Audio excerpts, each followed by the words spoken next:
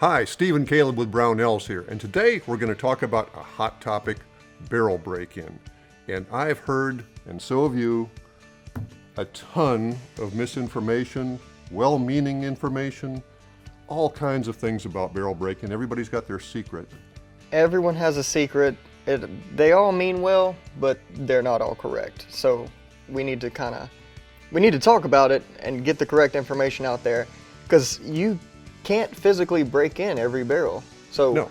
What are some situations where barrel break-in is a must? Well, I always looked at it like if you're paying top dollar for a premium match barrel, you should follow the instructions of the manufacturer. If he has a procedure to break in that barrel, you do exactly as they say. And that'll make sure that barrel shoots as well as it possibly can. And to kind of understand that, we need to first lay out what you're doing when you're breaking in a barrel. What is we know what you should do as far as, some manufacturers recommend this specific formula for breaking in, like shoot 3 times, clean such and such, and all those different procedures. Right. And none of those are wrong. They're all good. One's not necessarily going to work better than the other, but yeah, of course you should follow what the manufacturer of the barrel said to do. But what is physically going on inside the barrel whenever you're breaking it in? When you're sending bullets down a new barrel, there's always going to be some little rough edges in there from the machining process, however the barrel's made, whether it's button rifled, cut rifled. The action of the bullet going through the barrel actually smooths things out a little bit. And the reason you have to clean between so many shots is because you'll get copper buildup that interferes with that process. So when you clean that barrel, the process can begin again. You're actually sort of lapping the barrel in a very, very minor way. And we're talking taking minuscule amounts off. Just little sharp edges are getting slightly rounded over. And that's it. Yeah, so it's safe to say that you're not necessarily removing material whenever you're breaking in. You're more just displacing that rough material. A lot of times you're just ironing it out. Yeah, right, so that makes perfect sense. But the whole trick is to get the barrel smooth so it's not stripping any copper off the bullet as it goes out, or as little as possible.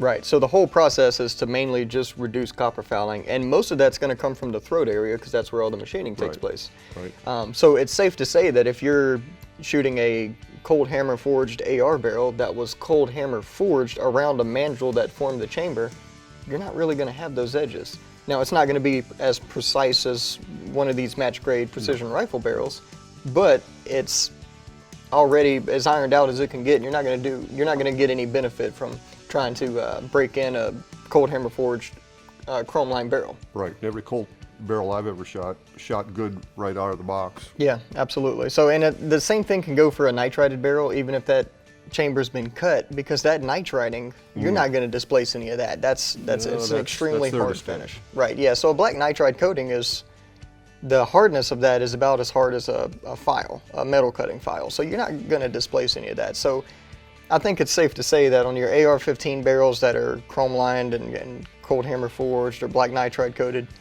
you can't really break those in. So when you get those, just shoot them and you're good to go. Right. Chrome is not impressed by the bullet going through. Right. Yeah. So to kind of lay it out, I guess it's safe to say your match grade barrels follow the manufacturer's instructions. Right. Your general purpose AR-15 barrels and things like that, even those match grade ones, if they're chrome lined or nitrided or any of those other super fancy coatings, you shoot them. You don't need to break those in. Right. What about pistol barrels? Pistol barrels, I've never bothered to break one in. They normally shoot well just as they come. And you would have to really put it in a very tight rest of some kind to tell the difference between one that's been broken in and one that hasn't. Yeah, and it's safe to say that the throat area on a bottleneck cartridge and the throat area on a pistol cartridge is completely different. They're nothing alike. Well, plus you're using larger diameter bullets as a rule in pistols. Yep, that makes sense. And the variations in the board don't play as big of a role in affecting its trajectory or its consistency. Same thing actually with rifles. A break-in can potentially help a 17 or a 22 caliber much more than it would help a 45 caliber rifle, because those little variations in the board don't mean as much to the bigger bullet. Yeah, that makes perfect sense. So of course, if you have any questions on barrel break-in procedures or barrels in general, feel free to leave us a comment down below or give us a call on the tech line. We'll be happy to help you out. Thanks for joining us, and we'll see you next time.